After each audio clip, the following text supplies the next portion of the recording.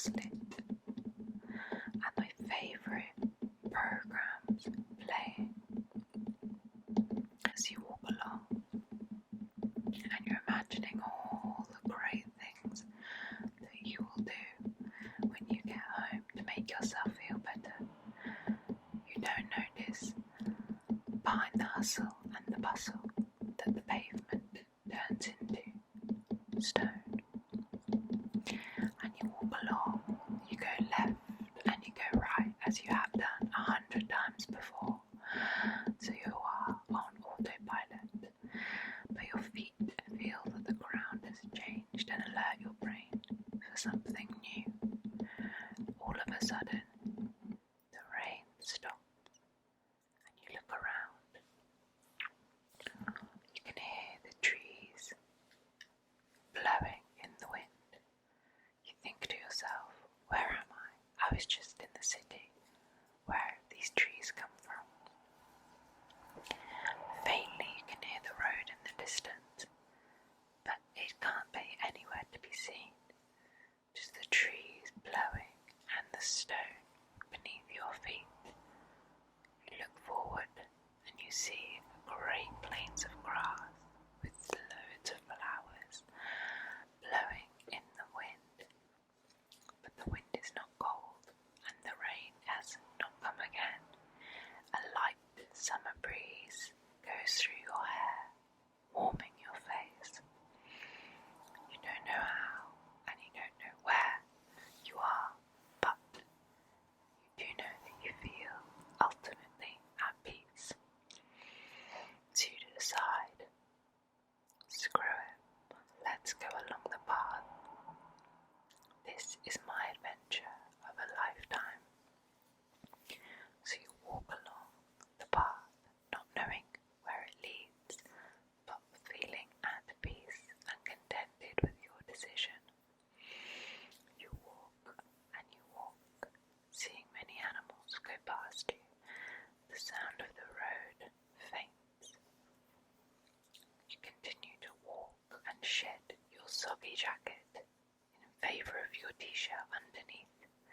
The sun warming your face and the air going through your hair. You feel complete, but still a little nervous about where you are going, how you got here, and why this is happening to you. So as you continue to walk, you find yourself in a forest with animals pitter-pattering, pitter-pattering, pitter-pattering, pitter-pattering, pitter-pattering around. You look down to see a family of badgers plodding along, doing their business, and as you get to them, one of them stands up. They have something in their hand. As you look at them and you think, I surely must be going mad. You take from them the thing that they have passed to you. And as they plod along, two babies and two adults in row, the mother shouts back, have a good day, and you stop and freeze. Did I just hear a badger talk to me? And did they plod along and hand me this letter? You do not know what's happening to you. So you open the letter and find an invitation. It's an invitation for you to go to the main hall, and there everything will be explained.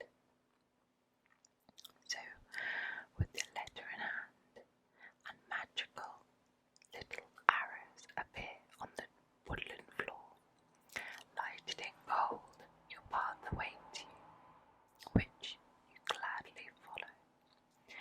As you walk along, you are constantly wondering what could be happening, where am I going, and who has invited me here.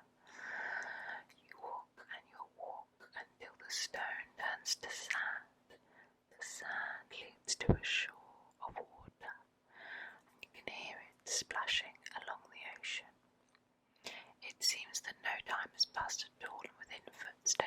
in a completely different location, with only the sounds of the wind and the trees fluttering to tell you that where you had been still exists somewhere in the world.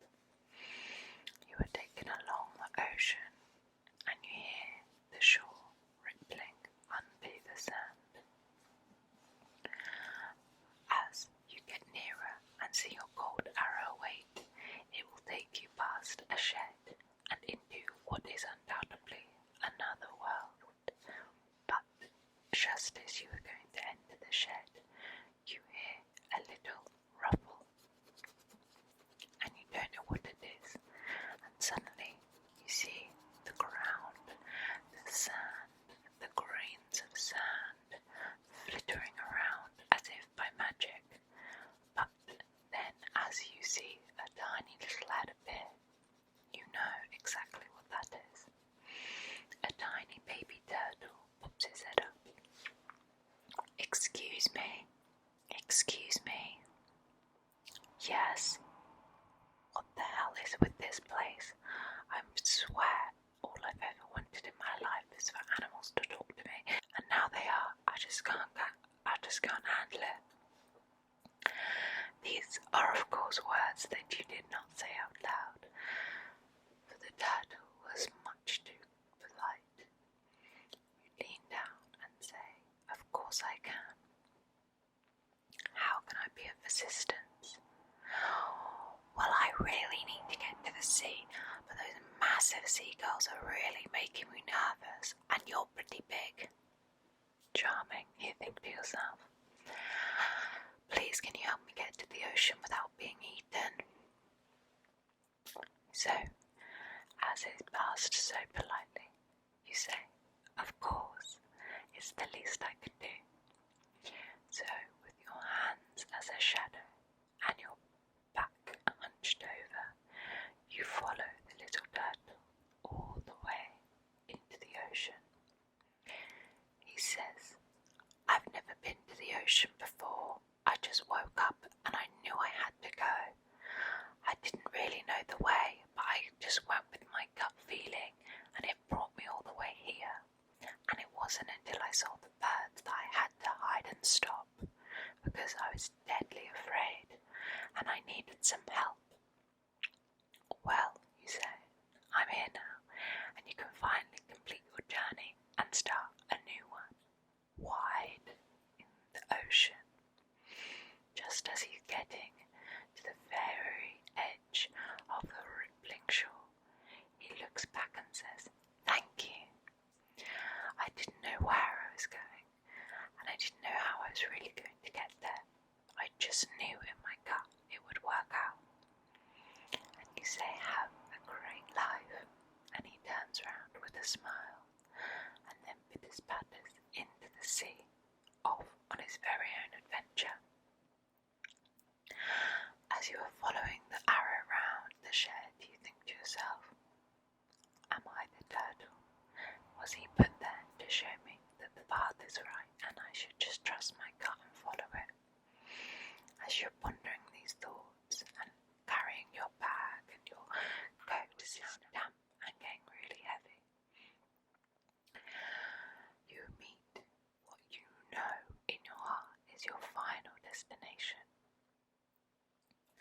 As you turn around and you are onto a massive library, you look around and can see nobody.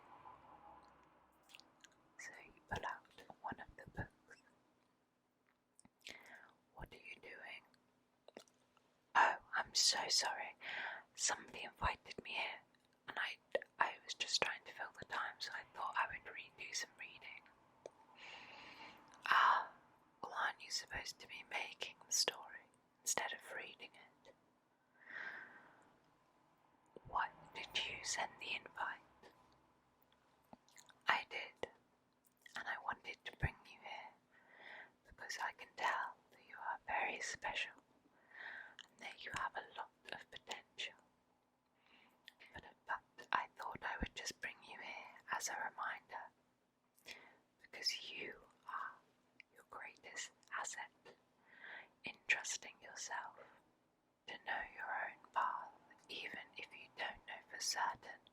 where you're meant to be going. I think I really needed to hear that today. I know. That's why I thought I would bring you here. I seek people with great promise and great futures to give them the necessary positive energy and a reminder of just how important they are and how special they are and how great their lives are going to be. So when you go on your walk with the rain pattering down and your head shoved to the pavement, hopefully this time you'll look up and smile for the raindrops on your cheeks, and you'll walk on knowing that every minute is a gift and that your life will be so incredible, and you just need to trust in the process of where you're going. Don't give up and don't be afraid to ask for help, but also seek and help those others who need it. Thank you so much. This has been such a special day. I can't understand what's happened or who you are, but I understand that this will stay with me for the rest of my life. Thank you, he said. If you just go through those 2 double doors, then you will be back where you belong. So as you walk along the 2 doors, you take one last look at the library, and as you walk through, the light changes and the cars return louder and louder, and splash! A massive puddle is splashed all over you, and you think to yourself, what's just happened? Did I really go through that?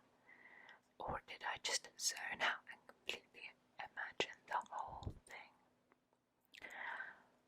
But as you are stood there, once again, soaking wet, you feel something in your hand.